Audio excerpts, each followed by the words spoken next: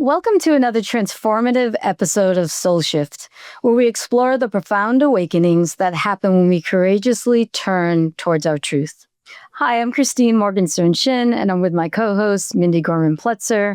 And today's conversation is one that I know it's very close to my heart, and it'll touch many others as well.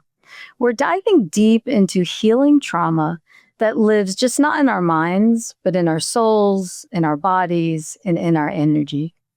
I'm honored to welcome Heidi Lyne, an energy healer, a light worker, and divine channel who specializes in helping high-achieving, empathetic women heal from narcissistic abuse and developmental trauma. After breaking free from her own lineage of generational trauma, Heidi now guides others to clear deep energetic wounds and reclaim their feminine power.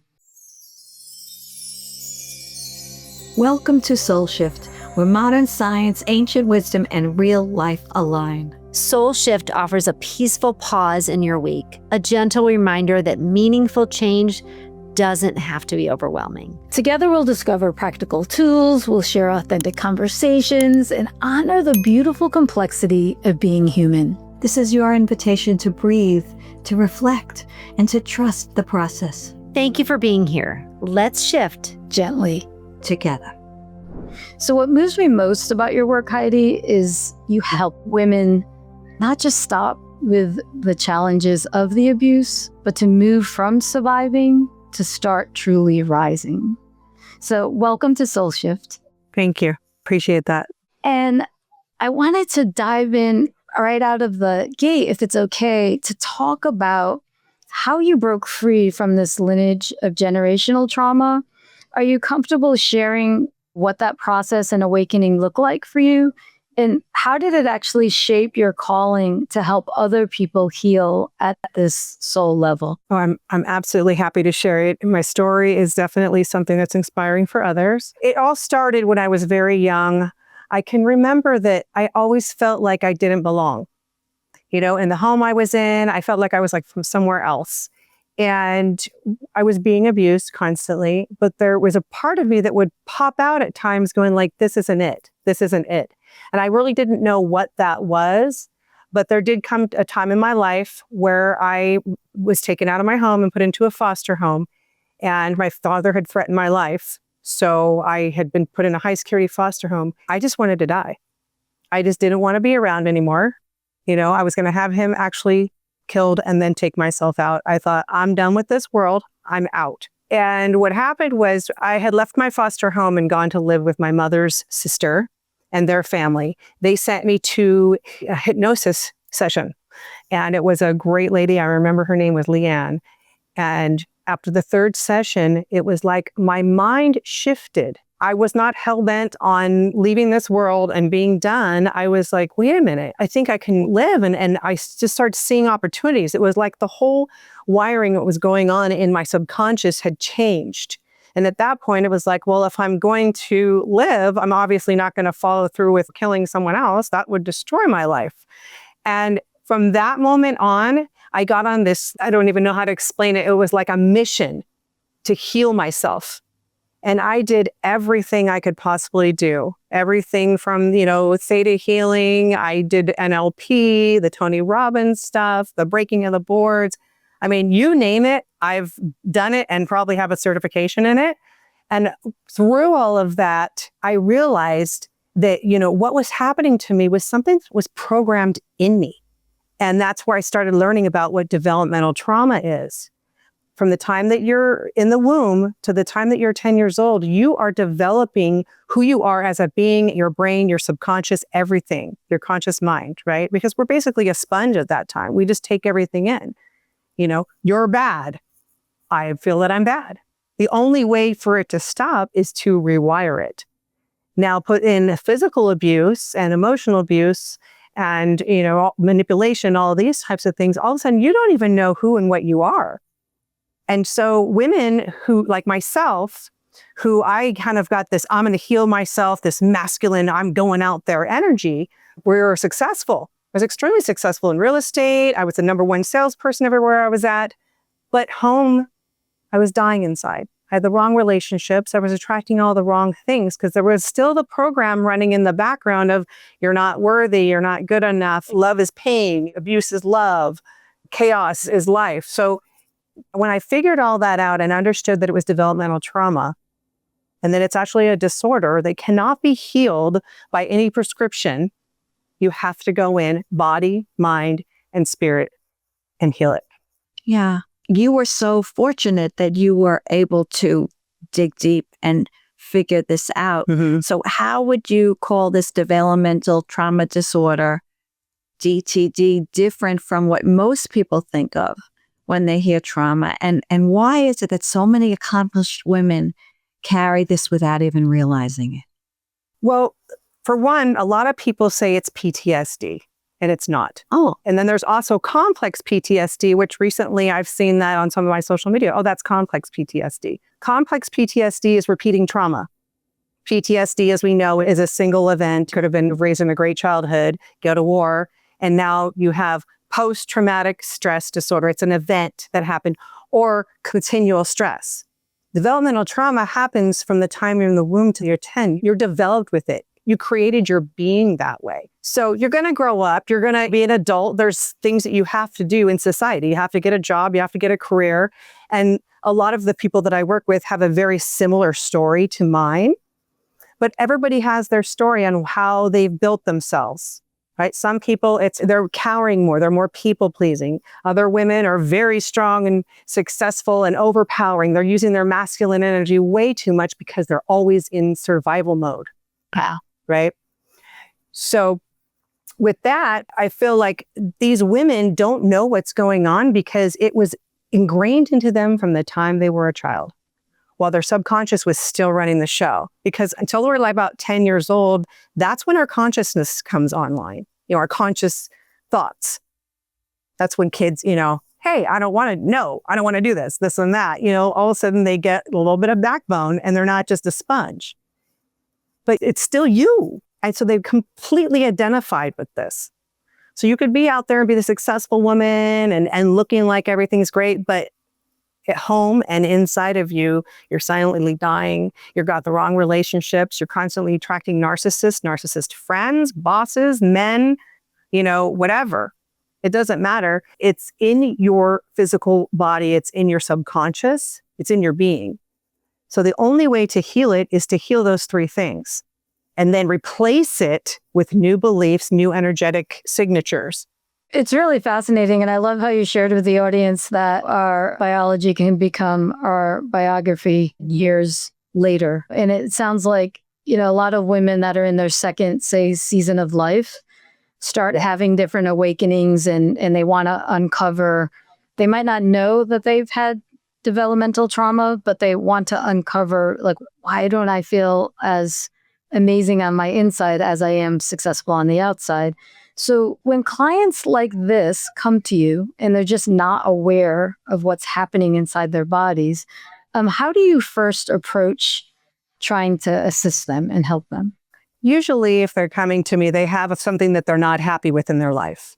They're either attracting narcissistic relationships in whatever way. They have outward success. They have inward emptiness. They have fear of boundaries, fear of being seen, never feeling safe. There's something that's brought them to me that they don't want to live with anymore. And their pain is something that's unbearable and they want to make a change. At that point, then I can come in and I do an energy reading. And I'm able to read what's in their field right then and there that's causing the problem. And then I'm able to tell them what their next highest purpose is. So for some people, it could be like, I've actually mapped out their entire next career. Other people, I get channeled in with, here's the main blocks that they need to take care of right this moment. And here's the next steps. That's why doing a program with me versus just like a session is paramount, because everybody has a different journey that they're on. And I work with each person individually on their own journey. Okay. Yeah. With that being said, once you've read their energy, whatever you've discovered, it sounds like you're getting different downloads, right, for different people. Do you then work with them on X amount of energy sessions to start healing those blocks? Or is it a different type of work that they do on their own or a little bit of both? Like, how would you proceed from there? Because it's quite fascinating, especially for a client that is in such desperate need of assistance, but they might not understand like how their physiology works or what energy work is, or, so how do you approach that and educate? Absolutely. So once they've done the energy reading, I get agreement from them. This is their spirit guides. This is their reality. It's 100% accurate. So once I get agreement from these things are going on, then we talk about, here's the change we need to make. And so I always start with clearing blocks that are the most immediate blocks. And I do healing and I bring in different frequencies or subconscious mind beliefs that they need at that time. And then we go over things like energetic protection, having a daily practice, cutting cords, doing things to protect themselves, because most of my clients are empathic. And even if they're not, you've left yourself open to all of this going on. You have been living in trauma. So you need to learn how to protect yourself, body, mind, and spirit every day, set themselves up with a daily practice. I do things like if, they can contact me between sessions. If they're having stress, they send me WhatsApp message and I'll either do a transmission and send it to them, or I'll just tap right in and do it then and text them back. And I mean, I've had people, or this one girl had a migraine headache for 2 days. I don't know why she didn't text me right away. I did it and I didn't have a chance to text her back right away. I texted her back 10 minutes later and she was like, you must have done something because the headache went away like that. There's a lot of things like that. So it's not just you're coming in and getting your blocks cleared and then I'm going to do healing work on you and bring new things in. There's also classes on how they do their own meditation, how to do a daily practice. And then we channel in and find out what their highest purpose is. So every session, there's always a lot of channeling in. So their spirit guides, their team, their highest self is guiding this healing process. There's no cookie cutter in what I do. Yeah. And what's so profound about it is that you are building a foundation of safety for the people that you're working with. Yes. And in my work, so many of the women who come to me do not feel safe in their bodies, which is why they want to change their bodies. They don't feel safe. And many times it's because of the kind of trauma you talk about. So it's extremely profound to teach about the real meaning of safety in the body. But the precursor to that is trust. So how can you help somebody understand what true trust and safety feels like? We do that through feeling. So what I mean is when I start clearing the energy and bringing in new subconscious beliefs and a new energetic being, it's kind of like wiping a virus off a computer and reinstalling. They feel it. They're like, wait a minute, all of a sudden, I don't feel this way anymore. It's literally taken out of their field. The best way I can explain it is this, is the energy work that I do is very different than others because I go to the root of what's going on. This isn't talk therapy. I'm not digging to try and find out what's going on. I get it right from their guides. And when we do it, when there's trauma, it always starts, the bottom is the foundation, the first event. And then all the other events happen and now we've got a skyscraper. I don't go peeling it off like an onion from the top. We take it right out at the foundation. And that is like what you're talking about. There will be integration because the migraine headache, that was because so much was taken out so quick. She was flying on air for one day and then the next day she had a migraine because her body's still integrating it. So you start feeling safe inside your body because you start feeling different and feeling things you've never felt before. And you know that they're good. They feel safe. They feel secure. And then I teach a lot about boundaries. And I teach them, now everybody says set boundaries. Well, guess what you get when you do boundaries? Pushback. We get a lot into empowerment. Okay, you set a boundary with this person. They're not respecting it. Is this pushback because they're not used to it? Or is this pushback because this is someone who needs to be eliminated from your life? Self-love and self-worth and self-security is more important than any relationship with anybody. And when you let them go, new ones will come in because you've just opened a vortex of energy to bring new people in who are aligning with your new vibration. And what about the woman who has spent decades disconnected from herself, disconnected from her needs, her desires, her intuition? How do you bring trust and safety into that picture when the voice of the wounded has really been protecting her? I do have some clients that have been very, very wounded.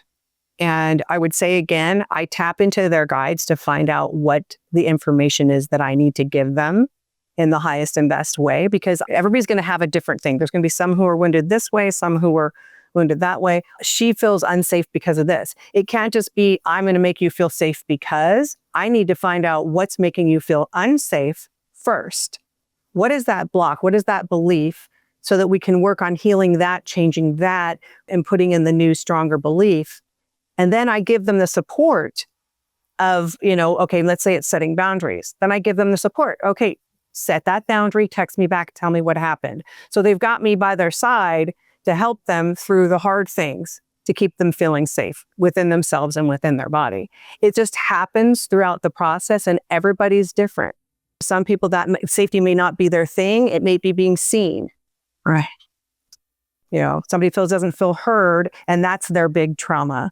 It's whatever makes them feel safe, but it just kind of happens as a result of taking out the old programs and the old energy and replacing it with new ones, their safety and security.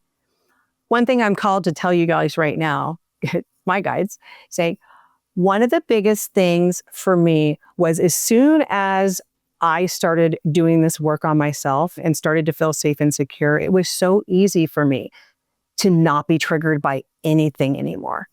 And things that I used to be triggered by, even just telling a story of my childhood before, I would cry my eyes out. Those things aren't in my energetic body anymore. It's not that they're not emotional things and they're not moving. It doesn't affect me. I'm not triggered by it. So once you actually clear this energetic signature out of someone's being and you clear those thoughts, the subconscious wiring that's attached to it, it doesn't live anymore. It's non-existent. Which is really fascinating. And I understand the quantum physics behind it. Like, it almost feels like magic, but it's science, right? But the point is, like, once you shift their frequency and they're actually, we'll just say free, like kind of clean slate.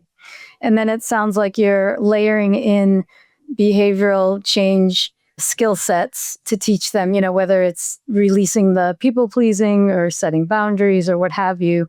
Do you then also teach them some type of practice so they can just kind of layer skill set on skill set so they can build their emotional resilience? Or how does it work? I'm curious. So I have a core of classes in a Brute program I'm creating right now, a core of things that everybody pretty much has. Everybody has their own different thing. So what I do is I teach them the core things, like how to clear their energy, how to meditate, the daily practices that I know work for people who are clearing developmental trauma and rebuilding themselves and becoming a sovereign being, right? Because it's not like it just happens on day one and you can recreate things. So we have to create a stable new building. But then there's also things that come in, like, this woman needs this. She needs to say affirmations in the mirror every day, and I'll make them put sticky notes up. Then I'll get someone else needs to do something else. She has to journal every day, because everybody has their different thing that they need. But there is absolutely, classes and training that I do. But once everybody's got the core stuff, there's always things that's going to be specific to each individual person that's really going to work for what they need. And then I'll bring those in. And I just never know what it is. It's always very powerful. Are you getting readings from your guides, or are they discovering this themselves and building that autonomy, or a little bit of both? At the beginning, I'm doing all of the reading. I work with my guides. I tap into their guides. I just did a reading the other day, and it was funny because I had several different guides coming in, and I have them speak through me, and I have something that records it. So it was funny because there are different voices, and there was different energies. This one was really soft. The other one was very stern with the client. You have to do this. You have to do that. I'm like, oh, that must be your grandma, But those things come in through me at the beginning. Then we get to a point where I have lifted their frequency up to more of where they're supposed to be in life. And when they're there, where they're ready to move on, then I'm going to teach them how to channel. And that's one of the biggest things. I want these people to be self-sufficient when they're done working with me, that they can do this on their own. If they'd love to come back for a session or become part of, my alumni program, great. But I want them to feel like my life has changed and I can do this. That's part of the empowerment, the female empowerment, the feminine power that they get from that. And it's easy to teach them how to channel because I open it up for them and I teach them practices anew and we go back and forth. And that makes me think about embodiment in addition to empowerment. To think something and to internalize it and live it are two very different things. So again, we're going back to the trust and the safety issue. How do you help people bring together the body and the mind? Well, as we're going through the process, they'll be getting practices that they need to do in their life. And like I said, it's so different for each person because, it's not cookie cutter. I have one client that she recently keeps talking about this ex-boyfriend of hers to her friend. And then the friend is this narcissist friend who keeps dumping on her and you're not good enough and wants to, feel like she's better. And she's going on and on and on and on about it. And I just said, stop. Here is your practice. Do not respond to her. Do not at all. I'm not telling you to cut her out of your life. I said, you send her something, she comes back with that, do not respond. That is a huge boundary. And you need to set that. And then as soon as you do that, I want you to message me and let me know what happens.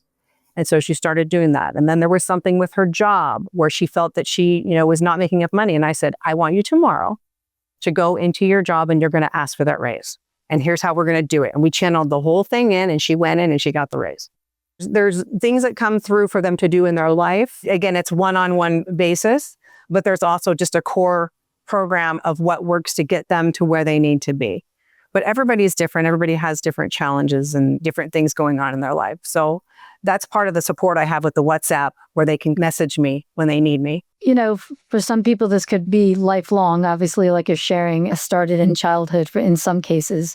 How long have you seen, just generally speaking, I'm sure it depends on the person, right? But in terms of a healing situation, if someone starts with you, how long is that healing process typically? I would say an average to get to where they need to be, where they can be at least self-sufficient and moving on their own. An average is about 6 months. I've had clients who've gone for a couple months. These are also people who I've met in other healing circles and such and just kind of needed a boost. But 3 months, if someone's really, done some work on themselves, that could work. 6 months is definitely what my program is right now, my VIP program. And then a year for someone who really, really needs it. But I would like to not be dealing with someone for more than a year. I feel like that would be on their end because I do believe in accountability and responsibility for your own healing.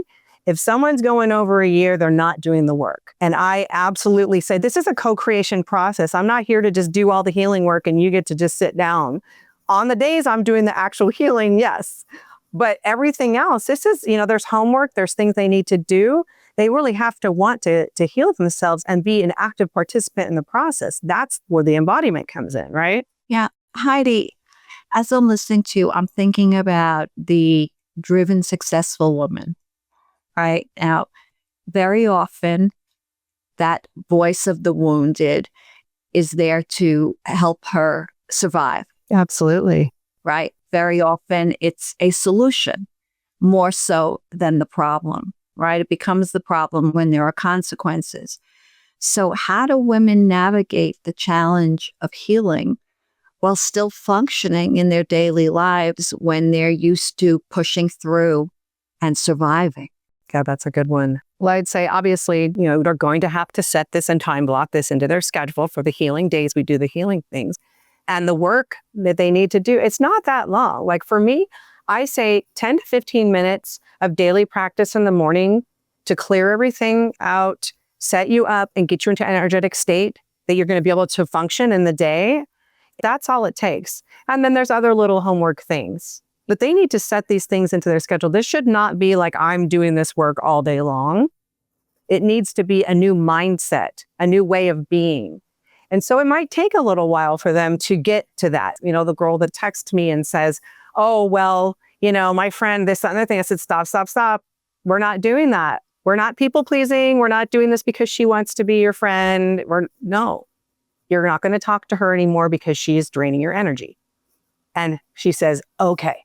And then she moves on to the next thing in her day. And I'll get a text about, the boss did this. So it's just, trying to work it into your life easily and effortlessly, because the fact that unless they're doing an actual healing session with me, which is an hour to an hour and a half, usually, depending, spirit takes that time, These are little things, nuggets that they're doing throughout the day and throughout their life. And these are new ways of being that they're placing into their life. So it's going to take some time, but it's not something that they need to focus on. And do you find resistance from women who are afraid that they'll lose their drive if they change their identity? Yes.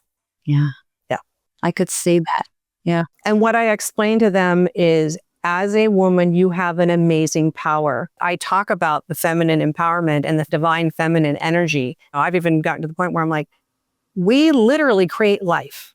We are portals of creation. And you're over here using this doing energy, masculine do energy, and getting nowhere fast. When all you have to do is be, listen to your guides, listen to what they're telling you, and then act with guided action. It's really simple. You're doing too many things that don't need to be done. And when they start really embodying that, they see that their life starts working for them. They're like, wait a minute. Oh, I'm just always doing to do because that's what I had to do because I was in survival mode all the time. And it is a big shift and it is very scary, but I hold their hand through it. What's probably real fulfilling is when they start feeling the things and they get the phone call and the door opens and with them, how did this happen? I didn't even try, that type of thing. They start becoming in their flow, right? I'm sure that's probably the light bulb switch for them.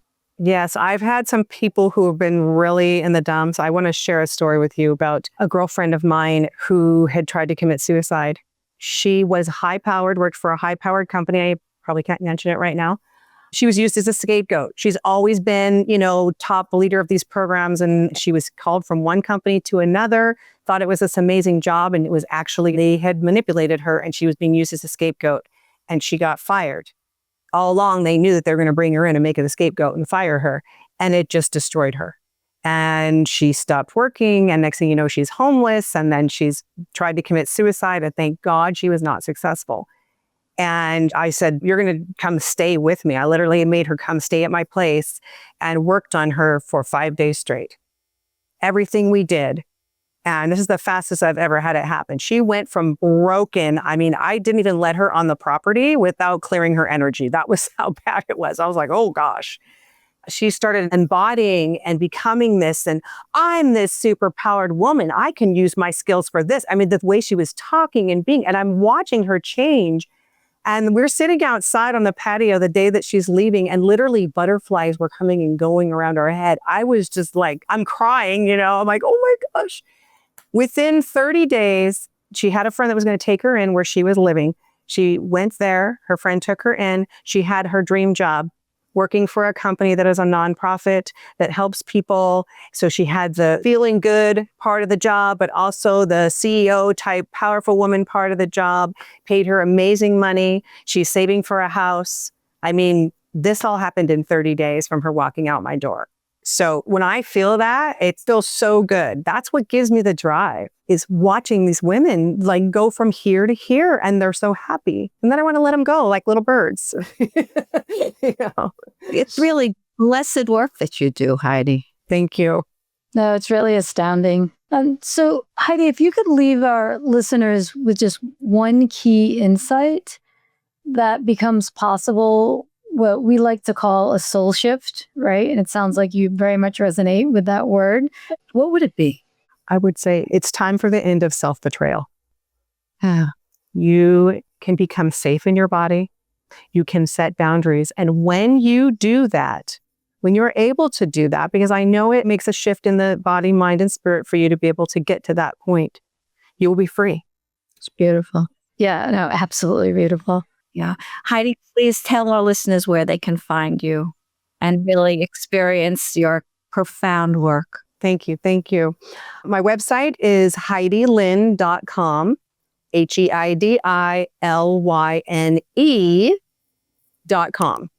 And on that site, you can look at what I do. You can sign up for my programs. I'm also doing retreats and workshops. I'm happy to have anybody contact me on the contact form if they have any questions. And I'm also offering a free energy clearing and healing meditation. And that really sets you up for an amazing day. I've had such good feedback from that.